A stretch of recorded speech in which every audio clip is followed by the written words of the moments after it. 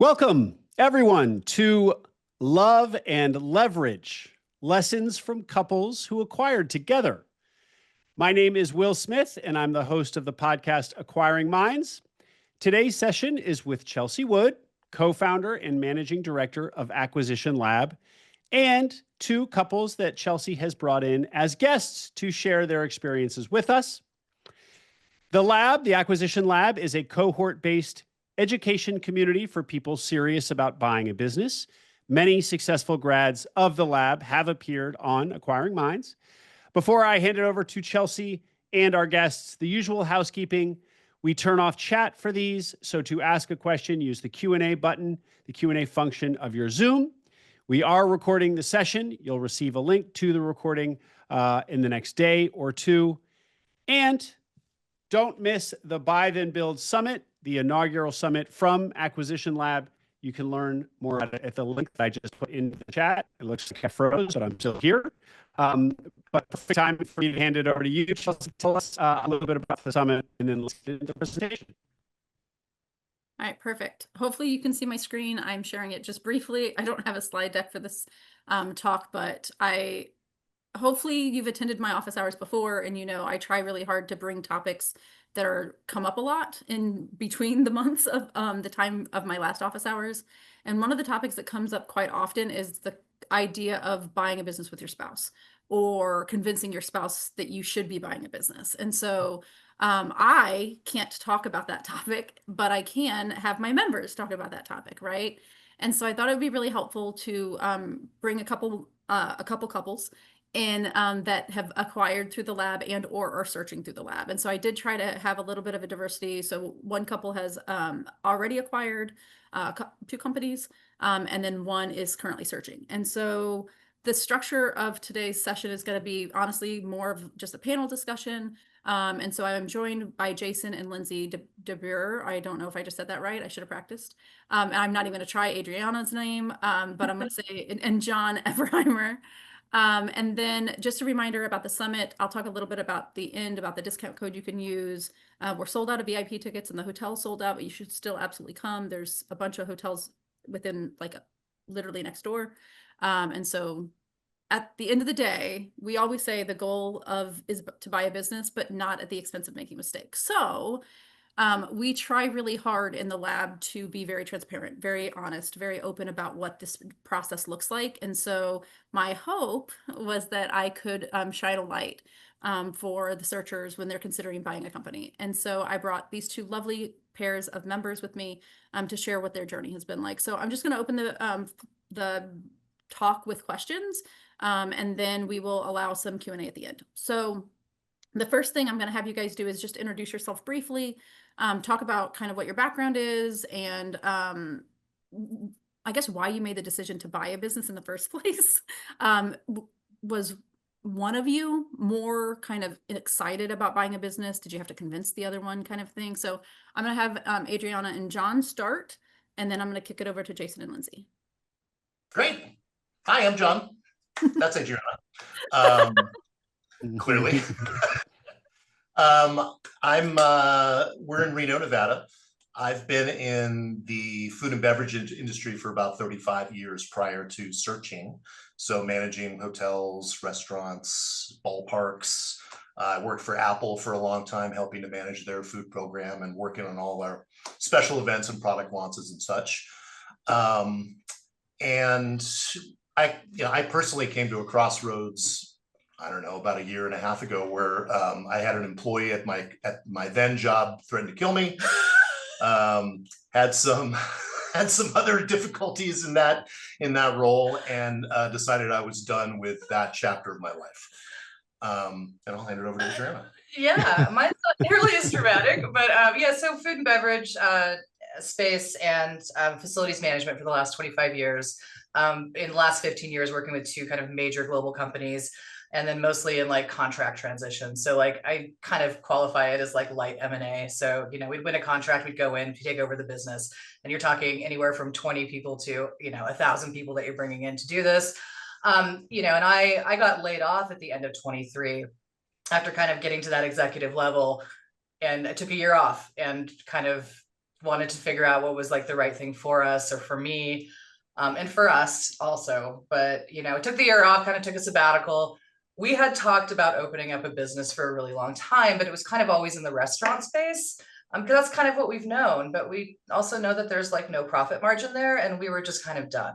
So I think like a lot of people, we kind of started to explore the ETA space, you know, was on Twitter, went online, like started looking at all these kind of influencers, and then just kind of graduated from, I think, maybe the like passive income methodology, if you will, to really kind of meeting Chelsea and kind of getting introduced to the lab and kind of going through that process. And so really started seriously searching, I would say kind of January. But you know, we don't want bosses anymore. We've had them. We've learned so much, right, from the corporate environment. We've been lucky to work at places like Google and Apple in these huge food programs. But yeah, we're ready to do it ourselves. So I think that's a common trend, at least in almost every conversation. I've had, good Lord, thousands probably of conversations with searchers at this point. And this desire for autonomy paired with, I feel like, and it's different for everybody, but the other trend I feel like comes up a lot is the desire to be present in our lives, specifically around in our children's lives, and how corporate America, especially in executive roles, kind of was robbing us of that. And we didn't want to trade, like I always say, I didn't want to trade bedtimes, right, anymore. I wanted the bedtimes for myself. And so I think that's layoffs and this mindset of like, I don't want to do this for somebody else is so common. Jason, Lindsay, what kind of led your journey? Oh, introduce yourself first, of course. Yes, I'm Jason DeBoer, and you were pretty close, Chelsea, with the last name. That's not bad, Jason and Lindsay DeBoer. We live in Charlotte, North Carolina, and we acquired DeRoads Construction in December of 2021. Really started, I guess, operating January of 22, so coming up on 4 years. So our background, we moved to Charlotte in 2003. We both, you know, kind of sight unseen. We were newly married. We were on an adventure. We both happened to land jobs in the construction industry. Lindsay in marketing and for a larger track home builder, a Fortune 1000 builder, and then myself with a small custom home builder. And we worked in construction up through the financial crisis of 2008. And we were both laid off, lost our jobs. I had to go, you know, kind of find something else to do. We had a 1-year-old or a less than 1-year-old at the time, and Lindsay stayed at home, you know, largely during we now have 3 kids. Our kids were young. I, you know, through just kind of a series of events, ended up in the janitorial, hygiene, cleaning industry. And was fortunate enough to have an opportunity with a private equity owned actually dispenser manufacturer. And so was a part of kind of that M&A world. We acquired 3 businesses from 2011 up through 2017, and then ultimately divested that company, made a little bit of money there, and then I went to work for of all things, a toilet paper manufacturer, a paper converter, away from home paper products. And so, excuse me, this thing is making some noise here. Anyway, so I was in the toilet paper industry in 2020, March of 2020. If anybody remembers COVID, right? It was like Gold. You were dealing in gold. It was nuts. Yes. I mean, it was gold. Yeah. They were like giving it to people that we 3 or knew, 4. Here's some extra toilet paper. 3 or 4 months of was just, it was really silly. It was, you know, not a fun experience at the end of the day. So I ended up resigning from the company I was with. I felt like they did some really shady things. Again, it was not a great experience. And well, I should back up. I had actually helped the founding owner of that company. The reason I went to work for him was to help the founding owner sell the business. Okay. And so we were under new ownership at the time. less than a year old, new ownership when that hit, and the new owners really did, like I said, did some stuff that I was not really supportive of. So I took a job, a global sales position with a big, $1 billion equipment manufacturer in the paper industry, and kind of took the second half of 2020 and kind of recovered from the craziness of the first half. And we were at home, on Zoom calls like the rest of the world. And we started 2021 with a goal that, hey, let's go see if we can find a business, And so really it was kind of COVID kind of reset a lot of our priorities and a lot of our focus and what we wanted to do. It was all new to Lindsay. I'd kind of been through, some both sides of M&A, and had, led companies through both sides. So I was not totally unfamiliar, but anyway, we found the lab, and it was a great kind of level set for us knowledge-wise, and sort of brought us at least to where we could have some shared experience and shared ability to talk about things on some vocabulary, right? Yeah. So anyway, I think I've answered your question. Yes, thank you. I think what you've pointed to is one of those things. It's why I've always let and encouraged spouses to come through, even just as silent partners, because you're going to be more successful if you have shared language, right? If you can, I don't want to say drag your spouse along, but sometimes that's, like from lab members, that's what it feels like. And it can help it not feel like it's happening to them, but that it's happening with them instead. And so did either of your partnerships, someone in the group feel like, was one person more excited than the other, I guess, about the idea? Or were you both just all in from the get-go? Yeah, I mean, I think that we had, it was certainly more like his idea and his comfort level, right? After all of his experience. And so for me, it was a lot of unknowns.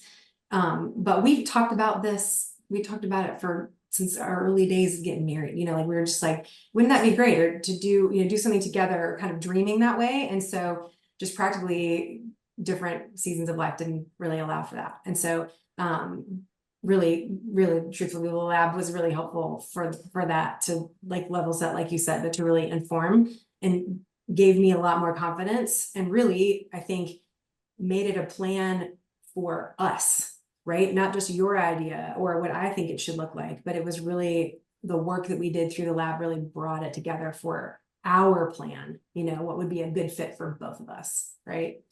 And I would say real quick, I'd add too, but we've always sort of approached, this is definitely a different scale and a different degree, but we've kind of always approached any work decisions, whether it be Lindsay's or mine, as something that we are both kind of committing to, right? And getting behind. And so that was, I think this is like the ultimate extension of that. But even still, we had an agreement that it was like, Lindsay, at any point you can pull the ripcord and kind of bail on this. Yeah. And I'll figure it out. And we really picked something that I felt like she would really love and want to be excited about intentionally. But she's and still today, she still has that option at any point to say, nope, I'm out. I think that's your chance. Well, I can dangle it out there sometimes, No. It's good leverage. Good Lord, leverage. I got it.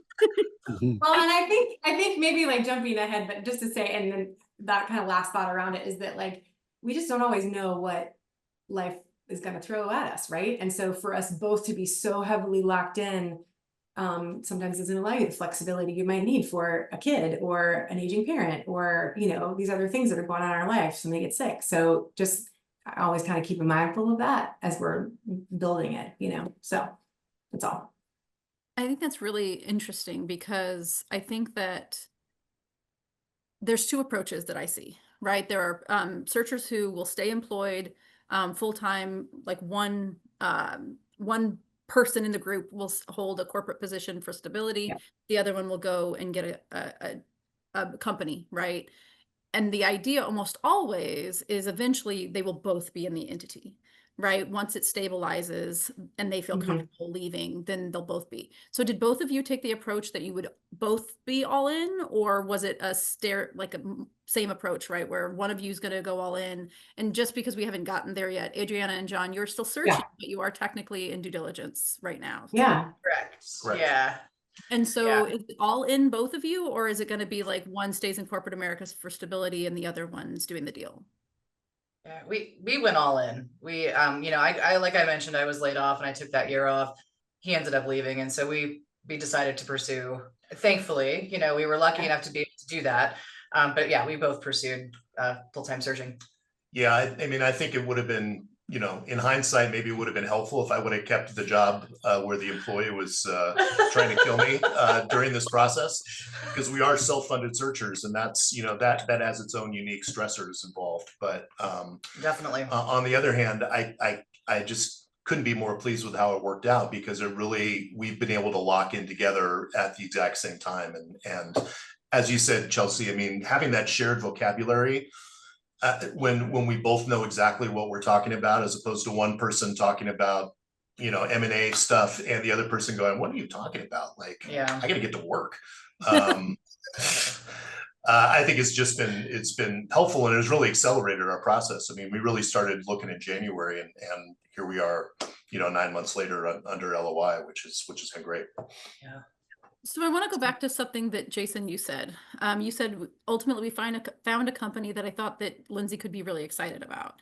And so when you were approaching your search, how did you decide what company to buy?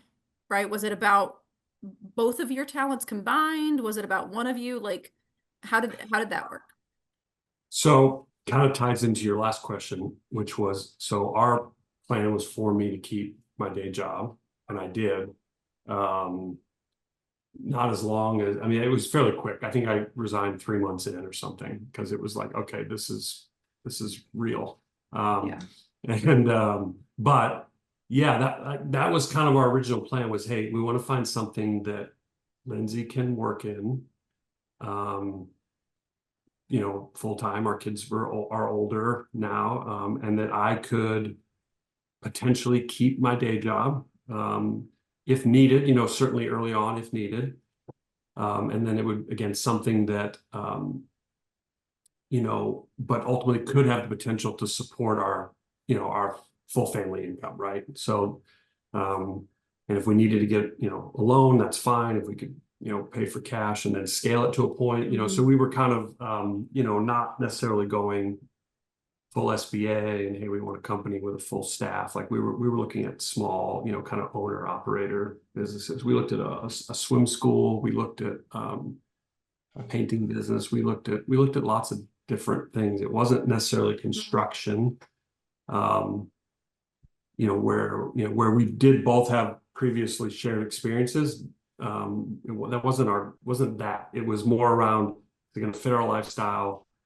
And can I start, you know, can I maybe keep my day job, and then maybe we scale it into somewhere that we could. So I think that, yeah, I mean, that was what we're looking for. I think you know, what we do ultimately today, fast forward to today, I mean, you know, most of our clients don't even meet me. They all meet Lindsay. Like, she really is the face of our business, and I kind of stay in the background and really do, you know, kind of, you know, work on the business. And work with our team, and then, you know, she's working, you know, out front in the business. So, and we've even talked about maybe eventually, if we get, you know, could it lead to me then backing out and being able to have, you know, creating margin for me to do something else outside of this business. So that was kind of our master plan, if that makes sense. Yeah. Do you mind if I kind of double click on how the decision to pivot out of corporate America into the business full time, kind of what was that mental gymnastics, right? To like figure out, is this the good time or bad time or whatever? We felt like we needed like some ramp, you know, we didn't have some decisions made for us where we had a layoff or a thing like that, right? Where we felt like we needed a ramp, but No, it's a great question. you're coming to join in more full-time, I think. I think it's just kind of personality. I mean, we didn't have like a decision grid on that. And I remember talking to the seller about that. And we were like, yeah, hey, Lindsay's, day one, Lindsay's going to be riding around the truck with you, not me. I'm going to be working. And I remember he just looked at us like we were crazy. He was like, what are you doing? Well, my first answer was going to be, I was like, a little, like the water was right here. And so I think he was like, okay, I'm coming. Probably, there's a little bit of that, I think. There was just a little, I think just, for me, I'm definitely entrepreneurial, but also, fairly risk kind of verse. And so it was just kind of these like, I want to know, we know as much as we can prior to close, right? Yes. And then, okay, And then you find out the but other then I things. want to know what I really want to know. And then assuming it's what we think it is and what we, like it on paper, it looked like it would be something that we could do very quickly. Yeah. It wasn't like, hey, this is, we're going to have to build a ramp to be able to get there. We felt like due diligence led us to, be pretty certain that it was something we could jump both into quickly, but I wasn't, I wanted to trust but verify, right? I get it, yeah. Yeah. No, I think that that's important, and I really like the whole. He was a lifesaver. That's what he was. He was a life preserver. Yeah. Cool.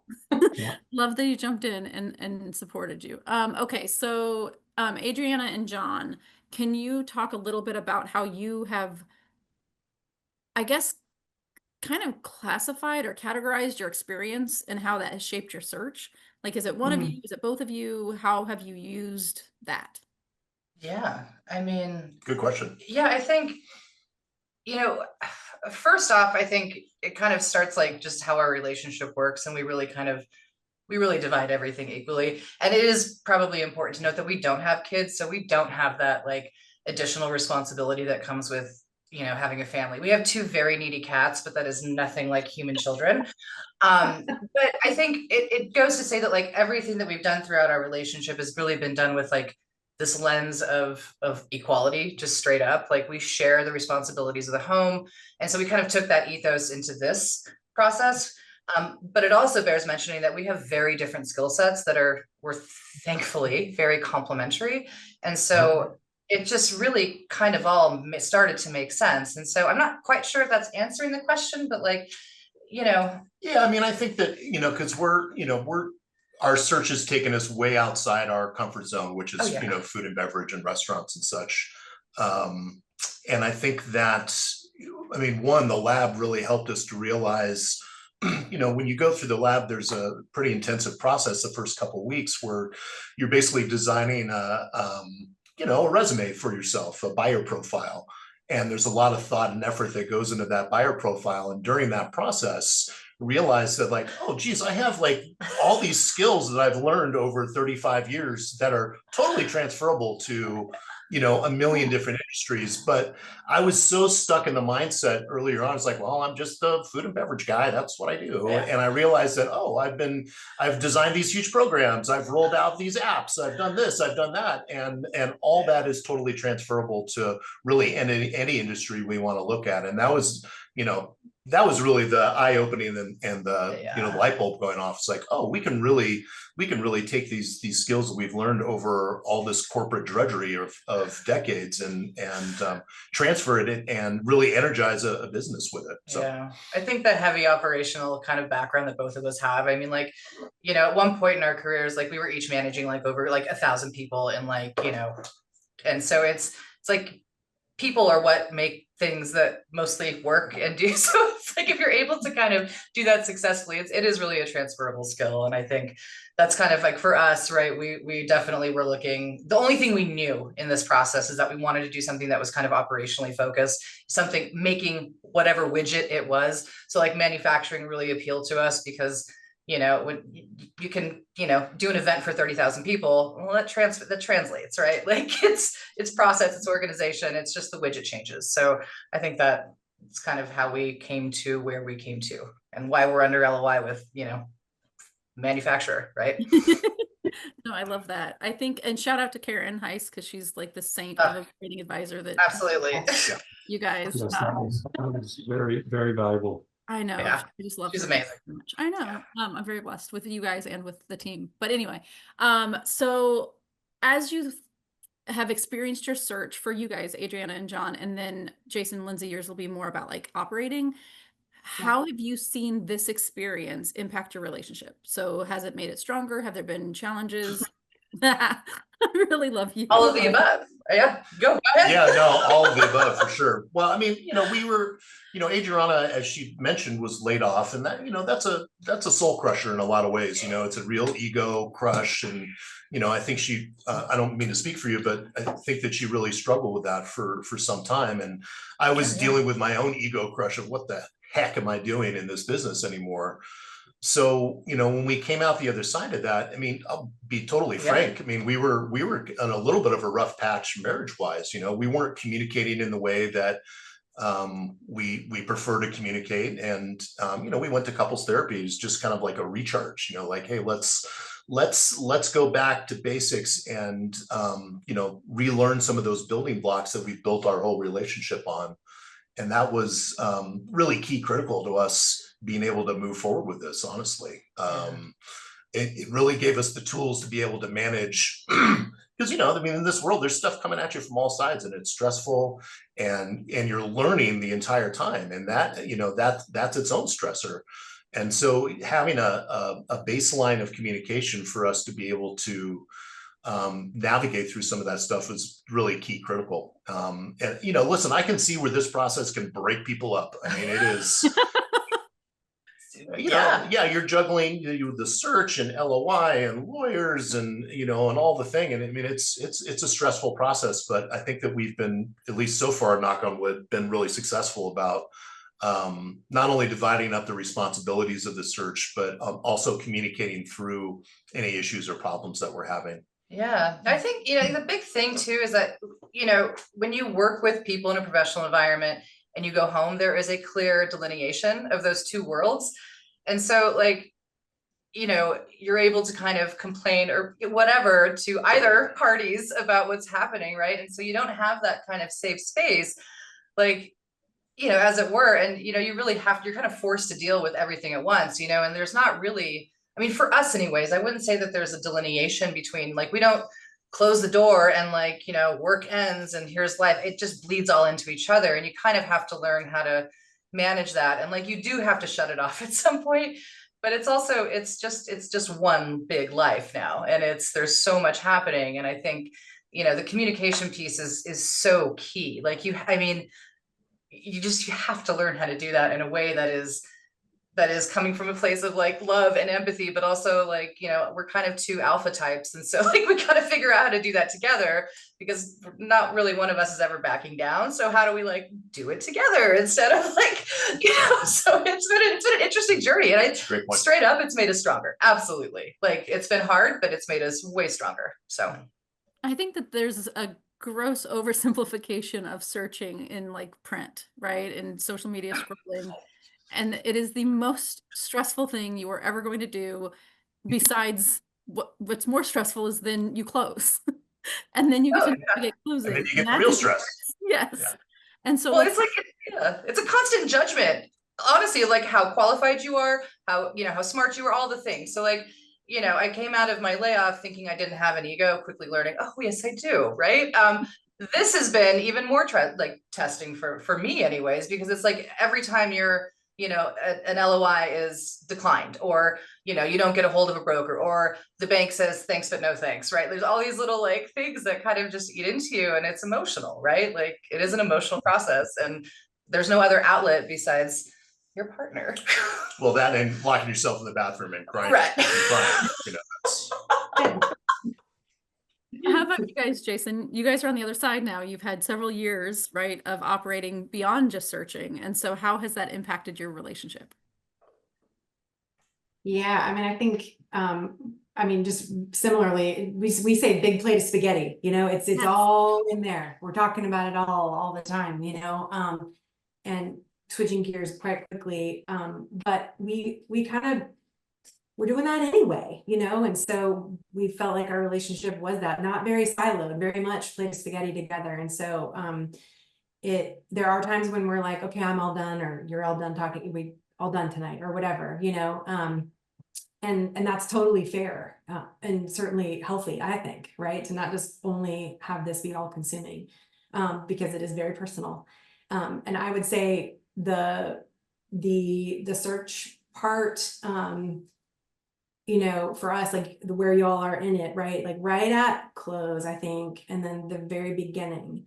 Yesterday when we had our little pre-call, I used the word like exposing. I feel like that's kind of similar to what you're saying, Adriana, like a lot of raw stuff was coming out, a lot of, insecurities, or a lot of, I don't know, out over my skis, whatever you want to call it, just feeling that way. And when we are in that state, we kind of come out sideways, and at each other, so really having to like name some of that and call it what it was and work through it. But I agree. I really think those kind of going through the fire refines you, I guess, right? And so I think there's a choice to be made to grow closer together or not. But we were committed to each other on, as always, and then also in this, why would this be any different, right? So I think that's kind of the process of getting us through here, right? And always still having those, tweak conversations and, looking at ourselves in the mirror and then at each other. I don't know, what else would you add to that? I just think that, it's like anything that comes into a marriage, right? Whether it's, health stuff, or whether it's, family or kids or other job sports, it's like your relationship has to come first. So I think, no matter what's going on with the business, and no matter how, whatever stressful it is, it's like, I think it's, and there's way more, I've worked in a lot of very high stress environments, very fast paced environments, very demanding environments. I've, run, been president of companies and just had a lot of things on plate, but there's really, I don't think there's nothing quite like this, owning your own business. There's just nothing quite like it. And I was truthfully surprised at that, just kind of the different weight that I would feel, because it's a much different scale than I would say I'm used to, but the weight of it is. So the question, Chelsea, was about communication. I think,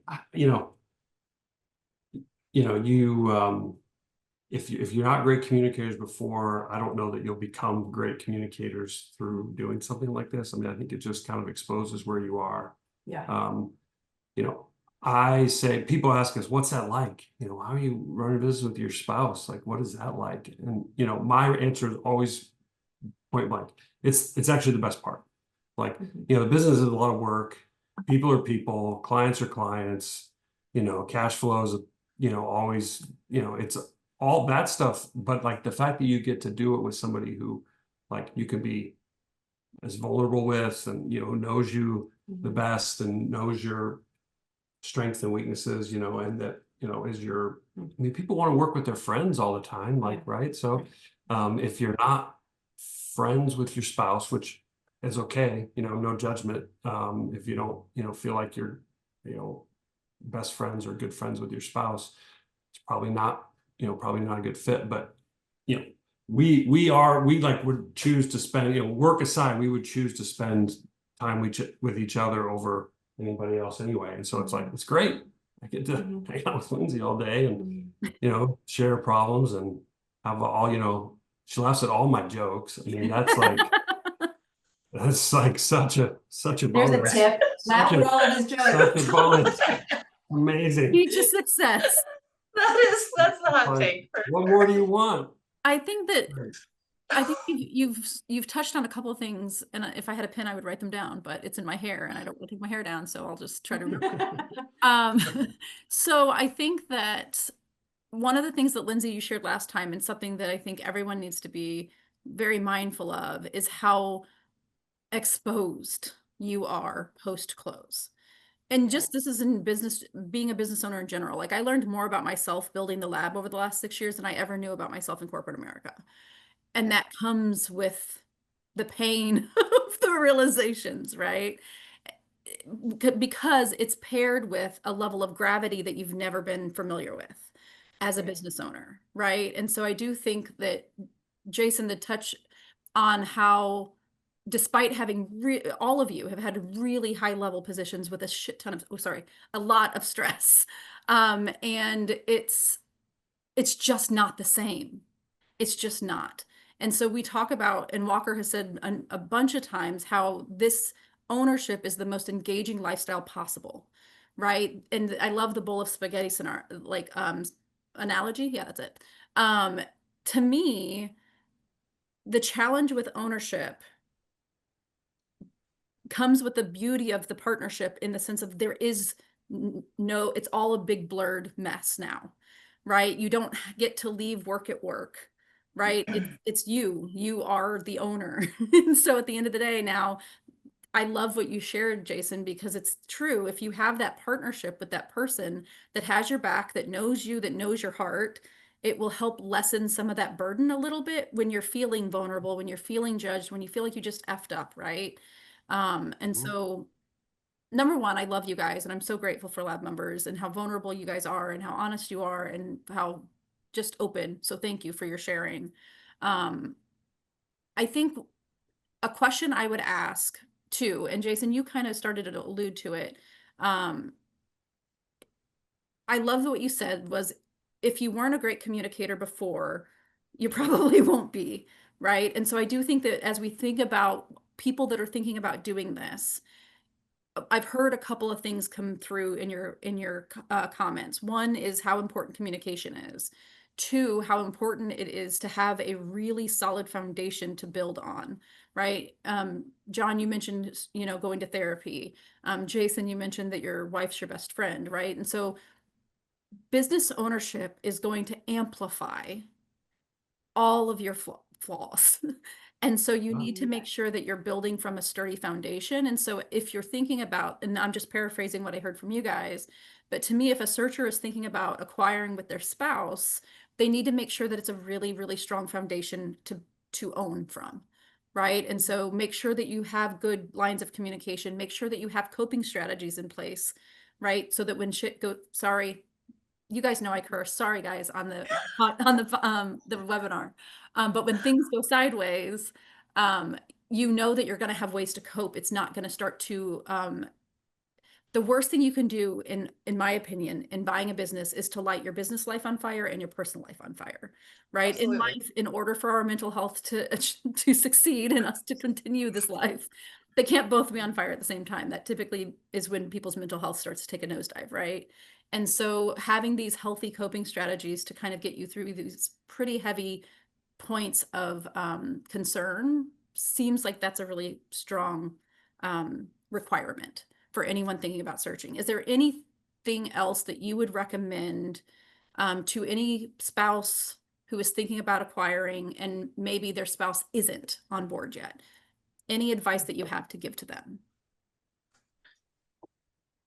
I mean, it comes down to honesty, right? And it's not only honesty between you and your partner, but you have to be honest with yourself through the entire process. I mean, if one person is on the fence, then, if it's a true partnership and it's a true marriage, then, you have to take that into account. And maybe this isn't the right time or the right place for you to be moving forward with a search. Yeah. Everybody's got to be on board the train. And I'm telling you right now, it's not going to work if everybody's that hasn't bought a ticket and is on board that train. It's just not going to work. Yeah. Whether or not you're searching together, or maybe it's one partner searching while the other person is supporting the other, or vice versa. Jason, you want to share something? Yeah, I would say do the lab, right? Of course. No. Thanks, Jason. But no, but in that vein, really, like, you have to do the work. It's just like anything, any business partnership, or, an executive team. It's really like the best practice is, hey, let's get help. Let's get people around us. Let's, we do, we do assessments for our employees on the way in, and, we've done team stuff. I know, it's like, there are great resources out there to say, hey, let's understand, because the idea that you're, and Adriana, you mentioned this as well, that you have complementary skill sets like that. That's like, at the end of the day, you have to understand what those are, right? And how to position everybody's different. Some are, more obviously complementary than others, personalities, skill sets, experiences. But even for those that, maybe it's not obvious, like, okay, you got to do the work. You got to understand, like, how are we going to position any employee, right? You have that you value and that you want to see them be successful and be the best version of themselves. You would invest, right? You'd invest in them. You'd invest in understanding how to place them. So how much more than your spouse, right? Who is like, you share your life with. So if they're not thriving, then guess what? No, you're not thriving. So we've done, and the lab was part of that, and Karen's work and just a lot of other things, but we've done other things as well, just to really understand, like, like, this needs to go well for you. It doesn't more, I needed to go well for you, and as much as I needed to go well for me, because if it's not going well for you, then it's not going well for me, and vice versa. So, like, just be very practical about it. It doesn't have to be a Ouija board of like, hey, we feel it. We just feel like we can make it work, and we love each other, and we're so excited about it. And, like, do the work, like, get a plan, I think it's important to recognize I brought you guys on, but it doesn't mean that you have to do it together, right? Like, I had a call yesterday with a searcher who him and his wife operate best having their own businesses to work on, right? They like having that separation, and that's 100% acceptable, right? Totally.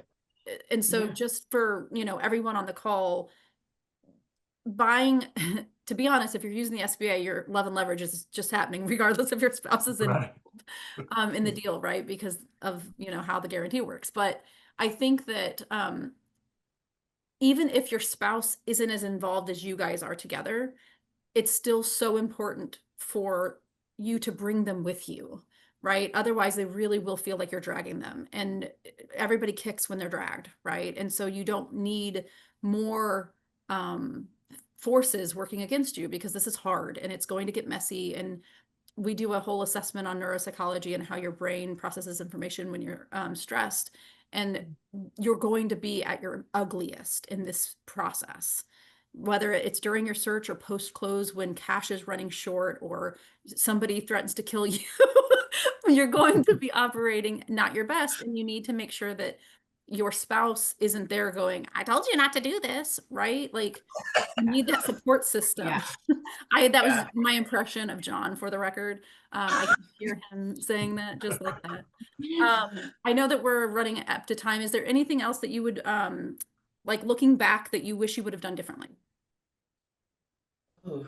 No, I would kind of like flip that around though, and say, like, so we've been together for 18 years, been married for 15, right? So we both had these kind of separate, pretty good careers, right? And if I was to look back, and if we had done this when we had just first gotten married, I think it would have been a disaster. And that doesn't mean anything for anybody but us, right? So I am just super thankful that, like, at this stage in our lives, we've decided to do this, because one, I mean, we're more mature, right? And that just does a lot for you. And two, we've been able to kind of go through this process with, kind of going through corporate America, learning so many things. I mean, regardless of the fact that I would never go back, if I have a choice, I will never go back. I learned so much, right? And so that's really awesome to be able to kind of take all that life experience and come together at this part of our lives, being middle-aged, and being able to take this into a completely different thing, shifting our lives entirely for this. So I think that's the only thing that I would say. I don't know that there's anything that we would have done differently, because we didn't know anything, right? We just kind of went in, we're like, all right, we don't know anything, so let's just absorb everything we can. Yeah, binge on acquiring minds is always right. Oh, and join the lab, like Jason Right, said. yes, absolutely. Jason, how about you guys? Do you have anything that you would have done differently? I mean, this is very, I think, specific to us, but I would not have acquired the second business so quickly. I think that's one that we would both probably agree on. Agreed. I think, and that one was probably, I'll own that, because again, I am the more kind of push and go and, hey, let's grow and scale. And that's kind of it's sort of a sickness, I'll call it. And And it's not that, I think, again, Lindsay loves our work and our clients and our employees. She is like, amazing at what she's doing. And, I can get too focused on kind of what's next and where we're going and how we go. And I just think we probably could have used just more time to kind of just sort of get one going and settle and get everything settled. That would be one, but that's, it's kind of unique and specific to us. Big picture, I don't know. I don't know that we, there's nothing really that comes to mind. I think your journey is your journey, Do you mind sharing when you acquired the second company? Just because I know people are going to ask. Yeah. 13 months after the first. Okay. All right. Perfect. Go ahead, Lindsay. Sorry. No, I was just gonna say, I think your journey's your journey. I think there's always, we can all look backwards and go, I wish I would have known that. Or, I had no idea, but sometimes ignorance is bliss and maybe you wouldn't have done it. I don't know, but I think probably not though. You look backwards and you're like, well, that was just the path that we took, and to your point, if we would have looked at this earlier days, might not have been the right time or fit or whatever. We actually met, the gentleman that we acquired the company from, we met him in 2017 and it just wasn't the right time. And really, truthfully, providentially, our paths recrossed and we were like, do you think we're crazy to want to talk to us again? And he was like, I'll talk to you again. And so it was, again, just like timing just wasn't the right time for us and stage of life and everything. And so, just thankful for the way that it's turned out and all the hard, all the the kind of the thought of like, pruning hurts, but hopefully it's producing better fruit, so. Love that. And for you guys, John and Adriana, and I don't know, maybe I'm this way, I'll say, I don't know that you guys are, anybody else is, but I know I am, is that, I want to go fast and I want to kind of I want to graduate, it's like I'm a freshman, who wants to graduate, and it just can't kind of. And so I think the understanding that it's like there are seasons and each year for us, we're coming up on 4 years. Really each year has looked a fair bit different, just in terms of our roles, the evolution of the it all. team, our kids' lives, and so and I've had to learn to just be patient to go, hey, here's where we are now. I can see where we need to go or where I want to get us to. Yeah. But it's okay. We just need to kind of be patient with it and keep focused on what we need to focus on each day, each week, each month. But anyway, that's just a patience thing. But that's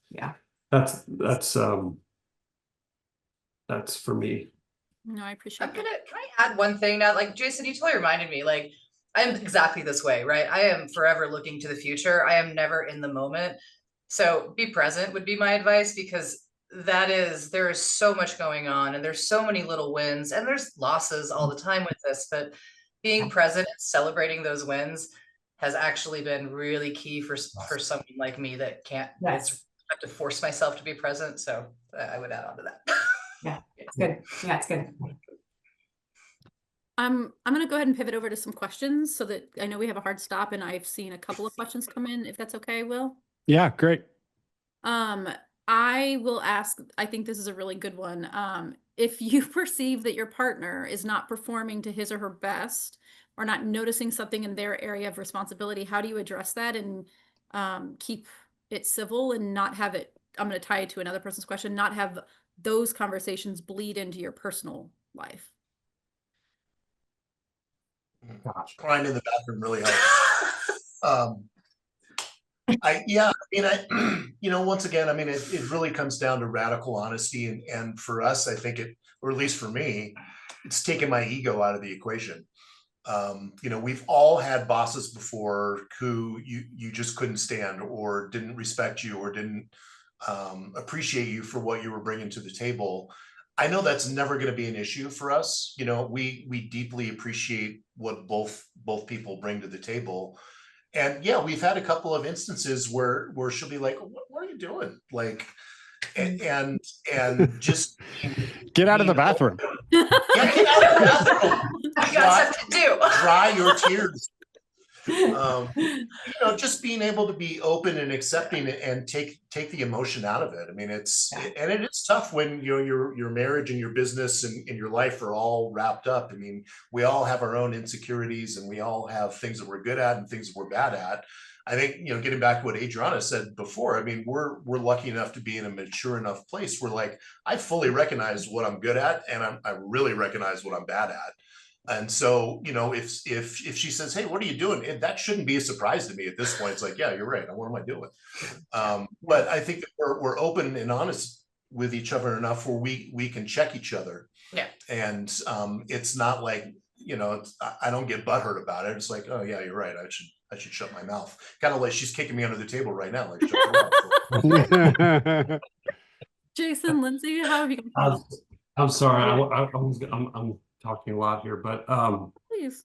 like, this may be a cop-out answer, but I would just say this. I mean, to anybody, like, if you're talking about a partnership in any space or whatever, if you have questions like about your partner's sort of kind of work ethic or concerns about their commitment and whatever you've seen them to do, if you say we have different work ethics or motors or kind of like, and it's a pet peeve, let's say, about, hey, whether it be shared responsibilities around the house, if that's a pet peeve, then like I would tell you, like, okay, this is probably not a good fit in general. You think about family businesses and whether it be parents and children, or you think brother and sisters or multiple anything. The biggest thing that creates problems with kind of family dynamics in business is work, like where there's not kind of like an equal respect and bottom line, like sort of trust of the other person's work ethic and their commitment. Mm. And so if that's like a question going in, like that's going to be probably a kind of foundational crack and issue. So I'm not trying to, it's a little bit of a cop-out answer to say how do you address it. I would say, like, address it before you start. Like, don't. But in the moment, yes, it's all about courage and feedback and just listening and trying to understand, because hopefully those are just sort of like instances, like, hey, I'm struggling in this season, in this moment. But if you have like foundational underlying issues, like, man, that's going to be tough to overcome. So I'm going to dig a little bit into logistics, because I think there's a lot of questions coming through. It's very similar, which is like, all decisions are powered by your operating agreement in an entity, right? And so did you guys get into the specifics of like key decision making in your operating agreement? Is there like one person that has like 51% and has like key decision making here? How did you guys handle the actual terms of your agreement, since this is a purchase with both of you being acquirers? I'll have to look back at our operating agreement. We should maybe dust that thing off. I really love that answer, actually. It falls back to like our regular dynamic. Yeah. I mean, really, it's again, like, really to that point, if all the fundamental philosophical things are true, right? We're this foundation we're building upon. Then when I'm receiving feedback, like, feedback is investment, right? And so I'm receiving feedback, right, about some specific things, or when we're working through something together about decision making, like, you have to trust each other, which I think is what, y'all are saying as well. Like, there has to be a trust that you're coming from that place, or you're also entrusting me to make a decision over here, or, I made the call, mm-hmm. And then that was the call. And now we move forward together, united in it together, so. I think the terms of your operating agreement, in my opinion, are typically reflected in the dynamics of your relationship. So like the operating agreement my husband and I have is 50-50, because that's who we are as humans, right? And so if your relationship isn't that, which is 100% okay, no judgment, right? Then one of you would have controlling interest and have very specific things that you are the decision maker for. And I, with our members, would probably advise against 50-50 agreements, because there's no way to like cancel each other out. But just to answer the people's questions in the chat, you would likely outline who has key decision making and what topics. That's what your operating agreement outlines. Yeah, But this, don't do it like- ours is 50-50, by the way. Ours is Yeah, 50. so, yeah. It's 50-50. Same But here. my official advice is never. Yeah, official advice. Don't do that. Don't do that. But that is Well, I how mean, with my husband. I haven't thought of that. when we started this process, you know, I was really stuck on, well, we'll be like Netflix and we'll be co-CEOs and it'll be great.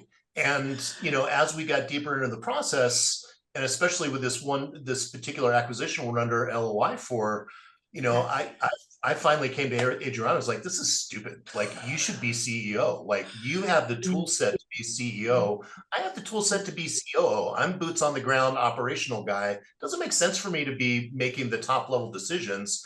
And I think it's really important for the, you know, employees, especially coming into a new environment, like they need to know who to go to. They need to know who the decision makers are in their department. Yes. And it Yes, can't we just do. be a two-headed beast. I mean, that's a recipe for disaster, in my opinion. I absolutely. mean, like, somebody's got to be in charge. The buck has to Yeah. stop somewhere. And, you know, I know we're going to come across a million situations where, like, we're going to disagree on.